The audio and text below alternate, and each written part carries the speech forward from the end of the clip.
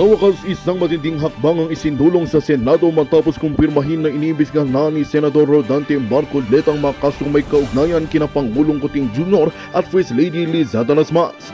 Ayon sa mga ulat, pinamumunuan ngayon ni Marcoleta ang isang seryosong pagsusuri sa umaring mga irregularidad at posibleng katiwalaan na kinasasangkutan ng unang ginang at ng Pangulo. Sa isang mga sensitibong usapin sa imbestigasyon ay ang mga aligasyon ng maanumalyang paggasta ng pampublikong pondo, mga questionableng proyekto at ang umano'y paggamit ng kapangyarihan upang harangin ng ilang imbestigasyon sa nakaraan. Ayon sa kampo ni Marcoleta, panahon na upang ang katarungan ay maghari at ang katotohanan ay lumitaw. Kahit sino pa ang sangkot, umani ng suporta mula sa ilang mambabatas at mamamayan ang hakbang na ito. Wala pang opisyal na payag mula sa Malacanang ukol sa isinasagawang imbestigasyon, ngunit inaasahang magsusumite ng mga sagot ang kampo ni Kuting Jr. at First Lady Lizada Nasmas sa mga susunod na araw. Patuloy na nananawagan ng publiko ng transparency, pananagutan at katarungan. Kami ay magbabalik para sa mga pinakabagong detalye sa isyong ito dito lamang sa aming himpilan. At yan nga ang balitang ating pagkakatutukan. Ngunit bago ang lahat, siguraduhin mag-subscribe at i-hit ng notification bell para sa patuloy na pagtutok sa mga silap ng bagong balita dito lamang sa tunay na boses ng masa.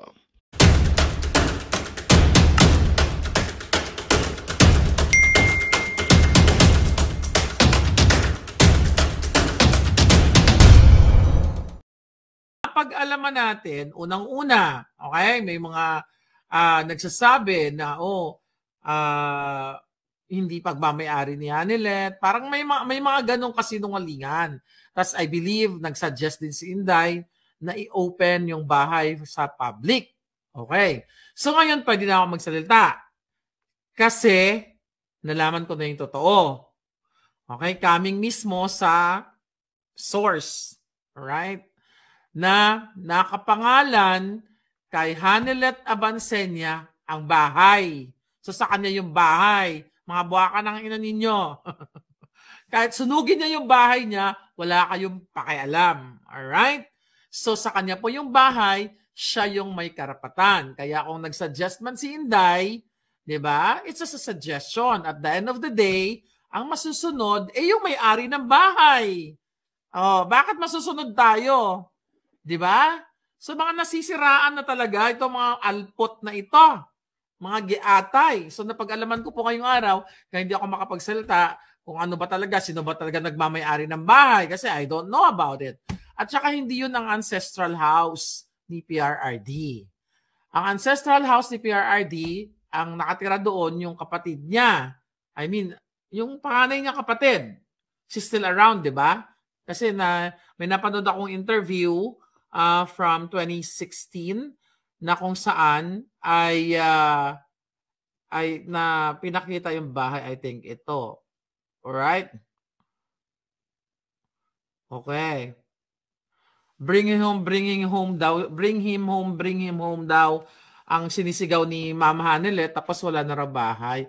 Alam nyo, ito mga buwaka ng inang mga ngetpang, mga dugyot, na mga makyoho, na mga ano tawag dyan, mga scammer na lumabag sa batas. Mamaya pag-uusapan natin yan. Dahil di natin tatapusin ang laban sa mga alpots na ito na tumitira sa mga mahal sa buhay ni PRRD. So malinaw po na pagmamayari ni Hanilet Abansenia ang bahay. The reason why, actually tinanong ko siya, ano ba, at saka sinabi niya yun sa interview niya, I think, na ang dahilan kung bakit ibibenta ang bahay ay malungkot, di ba? Nakikita yung nangyari doon, wala na si PRRD, may 4 na katulong, wala na mga amo,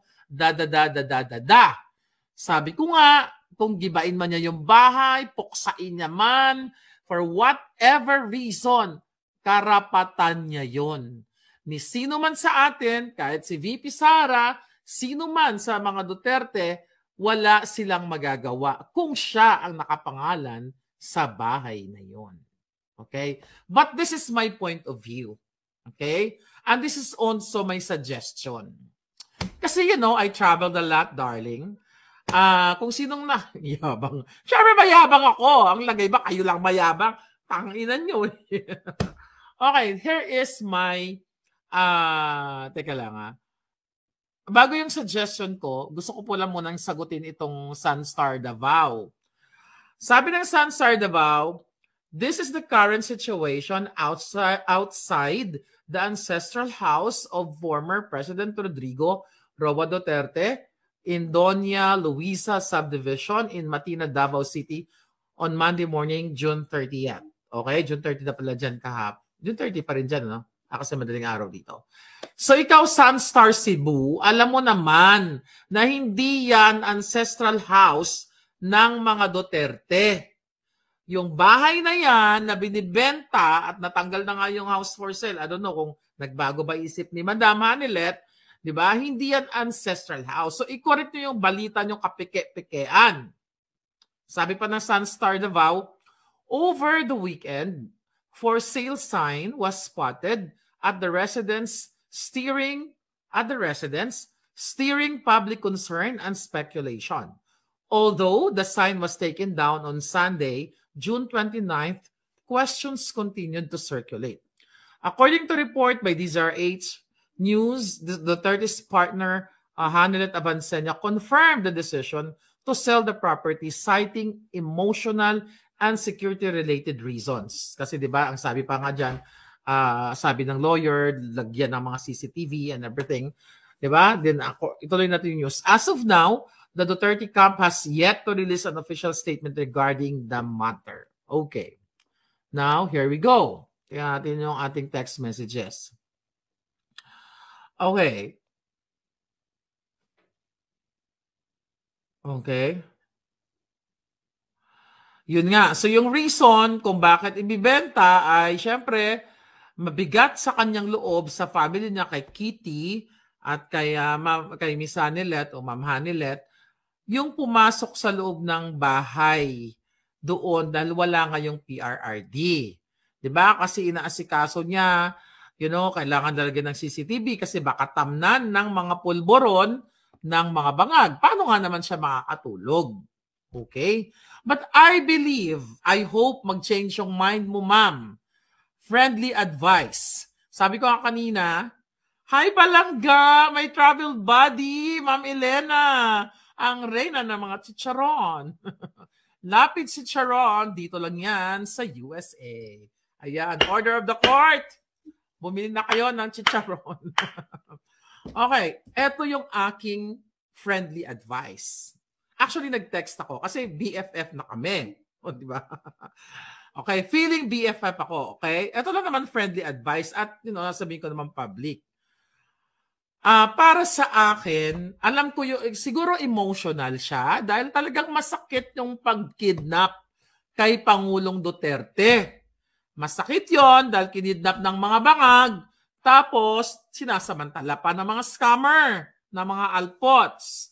Now, napakasakit yun bilang sa isang asawa o sa isang partner o sa isang nagmamahal kay PRRD. So ako, friendly advice, I hope marinig mo ako, ma'am. Ay, nag-message pala ako. Siyempre, emotera din ako. Pakialamera ako sa buhay ng may buhay paminsan-minsan. Ano lang naman, it's an opinion. Para sa akin, dapat hindi ibenta yung bahay. Kung ako, siguro nasasabi ko lang to kasi hindi ako ganun ka-emotional dahil hindi naman ako may bahay. Hindi naman ako si Ma'am Hanilet. Pero ako talaga i-preserve kasi passive income yun. That's gonna be, transferred o pamamanahin ng generation to generation. Sino nakapunta sa inyo sa Alaska, yung Dallas House? Sino? Taas ng kamay. Sino nakapunta sa Alaska? Kasi I traveled there 2 years ago, darling. Pumunta kami ng Alaska, pumasok ako doon sa bahay ni Dali. Okay? Google nyo yan. Alam nyo ba, lahat ng mga gamit, toothbrush, anything or everything na mga gamit ni Dali, no? Basahin niyo yung history ni Dali. Nandoon like yung mga headband, basta lahat ng gamit niya. Museum, tas may entrance fee, I think $10, $10, right? So dahil PRRD yan, President Duterte yan, magiging tourist attraction yung bahay na yan. Okay? Based on sa balita kanina, tinanggal na yung house for sale. Maybe she changed her mind. Hindi natin alam. Kasi pag emotional ka, minsan nagdedesisyon ka dahil out of your kalungkutan. Kasi nakita ko si Ma'am Hanilet kung paano siya affected. Siyempre sa nangyayari kay Pangulong Duterte. Kaya kayo, mga buwaka ng inan yung mga alpot. Okay? Yung mga alpotera. Wala kayong karapatang sirain ang isang Hanilet Abansenya dahil sa inyong pamimera, mga jutang ginina ninyo. Nakita ko siya personal kung paano niya, hindi ko lang pwede ikwento yung mga personal na kinuwento niya sa akin about PRRD. Pero sigurado ako na yung mga alpot sa dahig ay pinapauwi na kayo. O buti umuwi ng iba. Di ba? Pinauwi na kayo ni Pangulong Duterte at huwag kayo magsamok-samok sa pamilya. O, di ba?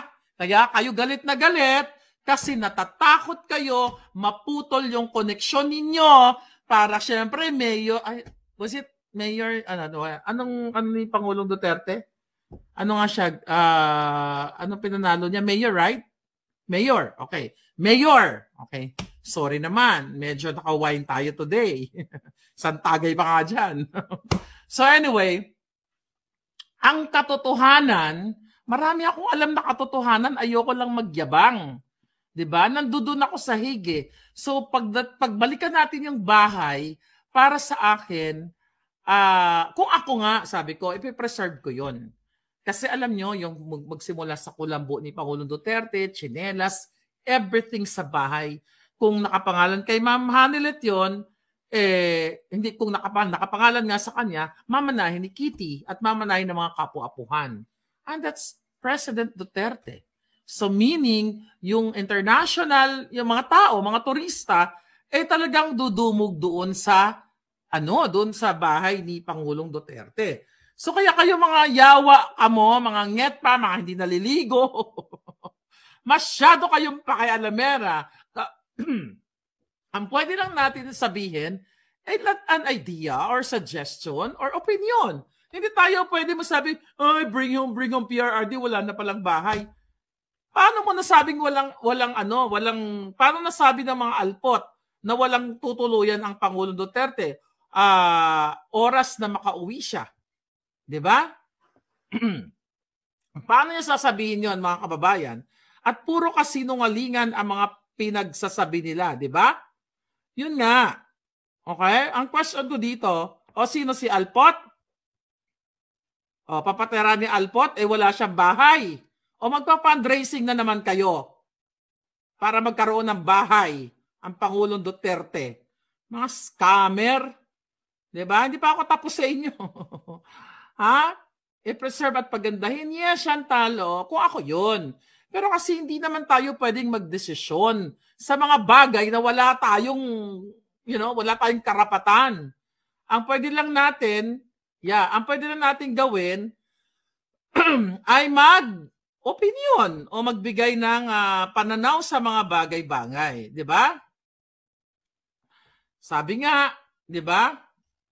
Order of the court.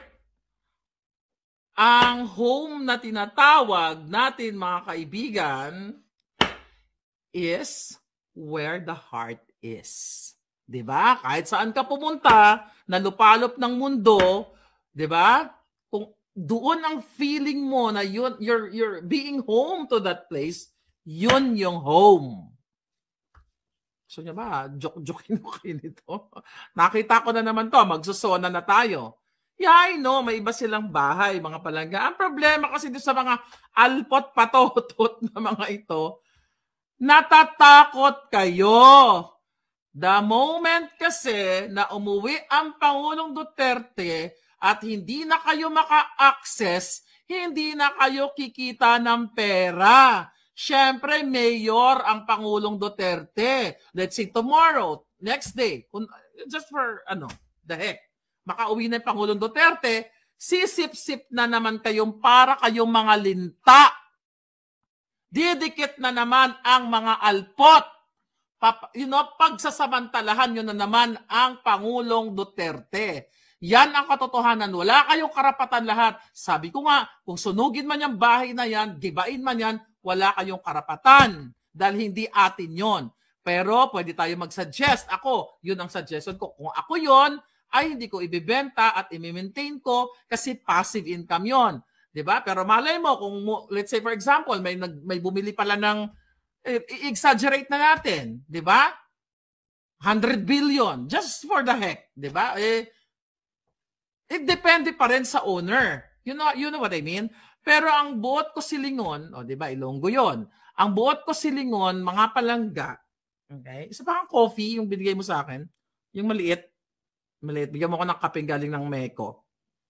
Meco ba yon or Bahamas? Anyway, so, wag kayong gamol. Wag kayong alpots. Kasi kahit anong gawin yung pagtatanggol sa kajotahan ninyo, hindi kayo magwawagi. Hindi po ito, ulit-ulitin ko, yung mga nagpapatigil sa akin, jutang sinilan nyo.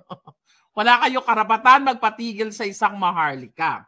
Kasi mga kababayan, sabi ni Ray Evelyn, dok-doka sa imong hammer palangga mga alpot. Kunwari mga alpot. Okay, ngayon mga palangga. Let's talk about, okay, ikaw na lang by madam, tapos, okay, I wish may pera. Kung wala tayong pera, you know, baka hindi na ibenta, baka nag-change siya ng mind. Okay, kasi may gumawa ng Facebook page ni Ma'am Hanilet Abansenya, peke po yon. Huwag niyong i-follow, peke yon, baka gawa na naman ng mga alpotera tapos nanghihingi ng pera ng GCash. Kasi minessage ko siya, sabi ko, ma'am, sa iyo ba ito? Alam ko na hindi sa kanya yon. May nag-send kasi sa akin si Channel 167, tsaka si Maui. Alam mo naman ito mga ito. Ayan o. Sabi ni Channel, ayan, ito Hanilet Duterte. Ayan o. Huwag po kayo maniwala dito. Ayan mga kababayan, hindi po yan siya. Ginamit ang picture ni Senator Bongo. Dapat ito makulong to mga buwaka ng Genemis na to eh. Alright? So yan. Ang sabi dyan, tinabangay ta sa mga nais mag-donate para sa gamot. Maaari kayo magpadala sa aming. Alam mo, NBI, anong ginagawa niya? Mga hinayupa kayo, ha? Ano? Ha? NBI. Ikaw, Tore. Ayan, peki po yan. Hindi nanghihingi ng GCash ang mga Duterte. Baka mga alpot na naman gumawa nitong mga hayop na ito. Nakita nyo kung paano pinagkikitaan ang Pangulong Duterte? Kayong mga alpot na tumitira at nangaaway sa isang legitimate, okay, na partner ni Pangulong Duterte, wala kayong pinagkaiba sa mga rebuilding NPA, mga dilawan na pera-pera lang. Why? Eto, sagutin nyo to ha. Kasi kumausap ako ng lawyer bago ako nagdakdak dito. And I hope, Harry, Spokes Harry, nakikinig ka sa akin. Spokes Harry, namimiss kita. Grabe, namimiss ko yung aking partner sa bangag-bangan. Okay? Hindi lang kasi isang tao ang nagbenta ng libro. Ang alam ko may isa pang librong binibenta na ginagamit ng Pangulong Duterte. Okay? Asan yung manifesto? Mga kababayan, eto may nagbigay ito sa akin. This is the manifesto of Pangulong Duterte. Ito available sa National Bookstore. So binigay ito sa akin ng isa sa appointees ni Pangulong Duterte. Huwag na lang natin pangalanan kasi tahimik. Hindi mo alam ba tahimik? Ba't ka naman tahimik palangga? Magtanggol mo PRRD sa mga bangag. Okay, so ito, nakikita mo talaga dito, ay itong may nakalagay, I don't know kasi hindi ko nakita ibang mga libro. Okay. Sabi ni Quincy, the property is under Kitty's name. That was according to a law practitioner. Definitely kasi anak na yon, di ba? Okay, the Duterte Manifesto, mga aral ng bawat mga aral mula sa mga banat at mga talumpati ni President Duterte. So nakalagay dito kung sinong editor, book designer, editor coordinator, editorial chuchu, Tapos nakalagay dito sa likod, Davao Children's Cancer Fund Inc. Incorporated, House of Hope. Yung proceeds daw mapupunta dito. Okay? Diyan mapupunta. Kung ito ay totoo, I believe this is kasi I think this one is a good one. I mean, kasi mukhang mayroon naman silang legitimate na papeles bago sila nagbenta ng libro. So napag-alaman natin, kapag nagbenta ka ng libro at nagsolicit ka ng milyon-milyon, katulad ng solicit ka para pamregalo ng relo kay Pangulong Duterte, tapos wala kang permit, mga kababayan, ay may pananagutan ka sa batas. Bakit ka mo, mga palangga? Ngayon, okay, nag-usap kami ng lawyer kong friend. Ang dami kong lawyer na friends. So sinasabi ko, attorney, okay, palangga, sabi ko ng ganon. Kung ganyan na pinagkikitaan ng Pangulong Duterte, na hindi pala ito dumaan sa legality, ano ang pwedeng kahinatnan ng mga tao na manloloko o mga taong gumamit sa pangalan ni Pangulong Duterte? Kasi ang ina-expect talaga yan, mga kababayan, ng bumibili niyan, akala nila is may basbas siya ni Pangulong Duterte o si Pangulong Duterte ang kumikita or yung foundation niya. Okay? Yun ang pagkakaalam. Pati ng ilong ko, inaano ko ni Lisa Tanasa, ginukulam ako. Okay. Ngayon, mga kababayan, ang ginagawa kasi nila o ang ginagawa ng mga taong mapagsamantala, tanungin natin sila. Kasi hindi sila nagpapakita itong mga grupong ito, itong grupo ng mga alpot at iba pang mga grupo, kasi dalawang book, may iba pang book na binibenta. Okay, hindi ko lang alam kung anong pangalan. Ngayon, pwede talaga sila habulin ng ahensya ng gobyerno dahil ito'y illegal na pagbibenta at illegal na pagsusolicit. Pag-usapan natin yung pagsusolicit at pagbibenta ng libro. O solicit muna. Okay? Ngayon, sinasabi kasi nila, in-explain nga ni Edwin Hamoray, ito naman yung pera napunta dito sa bahay na ito. Ito'y alay ko para kay PRRD. Ha. Hindi po nagtatapos doon. Hindi nagtatapos doon. Dapat may transparency and accountability. Rehistrado ba ang iyong foundation? Dahil, mga kababayan, ang illegal na pagsusolicit ayon sa ating kaibigang abogado ay may pananagutan sa batas kung wala silang o hindi sila rehistrado sa SEC. Okay? Ngayon, kapag nag-solicit ka ng pera, lalo na hindi ito barya-barya. Kung mag-solicit ka, mga medical bills, maliit lang yun Pwede yun, ayon sa batas. Pero kung milyon-milyon na ang nasusolicit mo at wala kang permiso mula sa Department of Social Welfare and Development or DSWD, di ba, na mayroong jurisdiction according to our friend, di ba, sa pagsusolicit o mga aktibidades mo, mananagot ka pala sa batas. Kaya kayong mga alpotera, humanda kayo kung wala kayong maipapakita na kayo ay nagpaalam o naghingi ng permiso sa DSWD dahil ayon sa, nandito kanina, okay? Presidential Decree number 1564, solicitation permit law, di ba? Dapat meron kang permit. Hindi ka pwede mag-solicit ng milyon-milyon.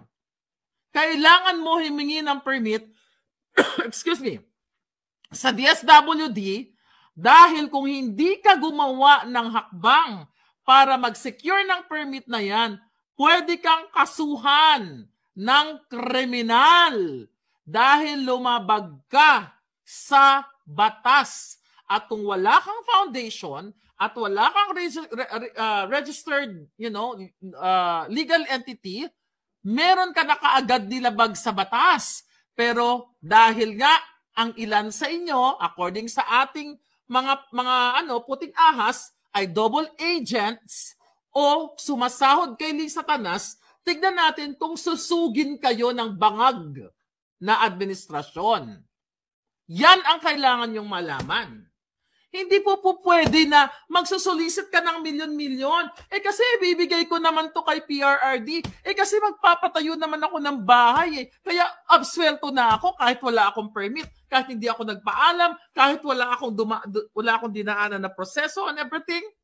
Hindi po ganyan. So kung ang bangag administrasyon ay talagang galit dito sa mga alpoteras, pero paano naman magagalit ang mga bangag dyan? Hindi naman, tissue please, hindi naman sila tumitira sa mga bangag, baka hindi sila kakasuhan. And another thing, thank you Attorney Palangga sa iyong information sa akin. At kung wala silang SEC, Security Exchange Commission, di ba? Securities and Exchange Commission certificate, mga kababayan, yari talaga sila kasi kailangan mong i-rehistro ang foundation. At we're not talking about like couple of $100 here. We're talking about millions of money.